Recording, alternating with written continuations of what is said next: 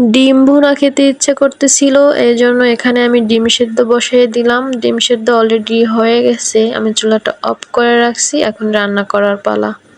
ডিম রান্না করব, তো ফার্স্টে আমি ডিমগুলোকে একটু তেলে ভেজে নেব।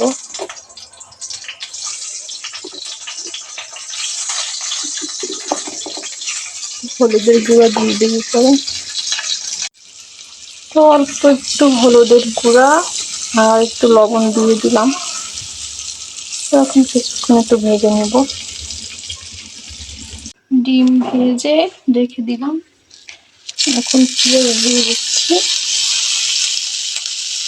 মানে যে কাঁচামরিচ কেটে দিব। এখানে হলুদের গুঁড়া, মরিচের গুঁড়া আর লবণ দিয়ে দিলাম, আর এদিকে একটু জিরার গুঁড়ি নিয়ে নিলাম। জিরার গুঁড়ি দিলে ভালো লাগে খেতে।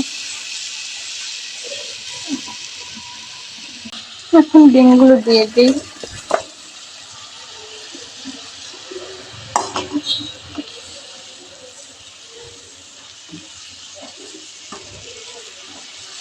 কিছুক্ষণ একটু কষিয়ে পানি দিয়ে দিই।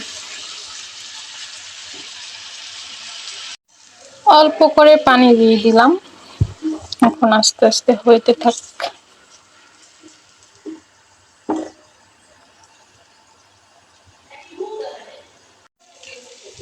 ডিম রান্না কমপ্লিট। তো ভিডিওটা কেমন লাগছে অবশ্যই কমেন্টে জানাবেন। আল্লাহ হাফেজ।